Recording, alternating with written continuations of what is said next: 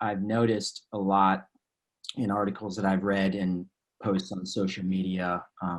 This has been one of the positive aspects of social media, not all of, but it seems like you've come to be sort of a sage for these young athletes, and you've settled into this role of, just like a quiet mentor and a sage, and maybe a dad or an uncle away from home. What is it about your personality and the way you're wired that you think resonates with these young athletes? Yeah, I can attribute a lot of it to circumstance. Once I got the job with USA Swimming, Meredith and I moved I was coaching the national team and the Olympic team in Mexico Mm. for 5 years. I got out of the sport for a while, and then when I got back in the sport, Meredith and I had been married in Mexico, and I said, why don't we try this somewhere else? She always knew that I would get back in the sport. She said that I didn't realize how fortunate I was to be working with the level of young person that I was working with.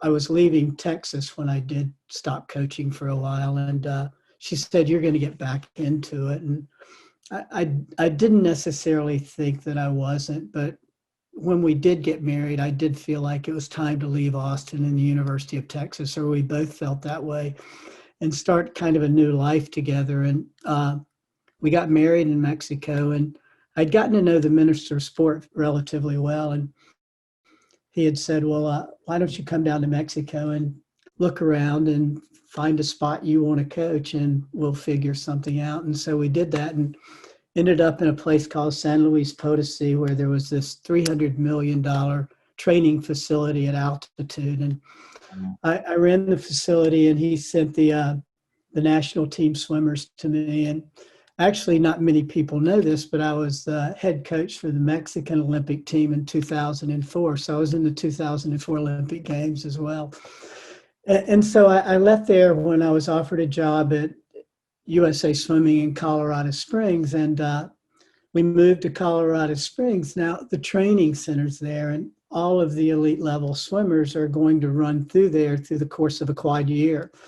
And this allowed me to get to know them on a level that not many people get to know them.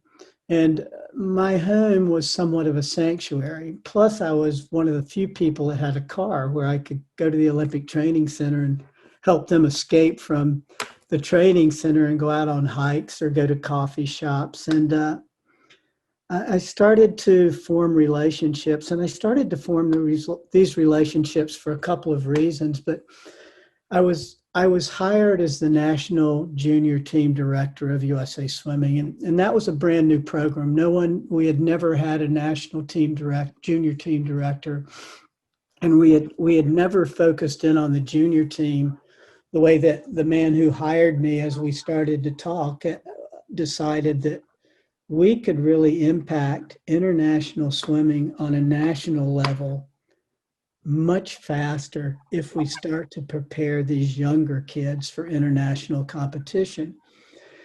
And so Mark Schubert, who was the national team director, and I started to look at how we could create a 4-year plan for a national junior team member, someone who was 18 or younger.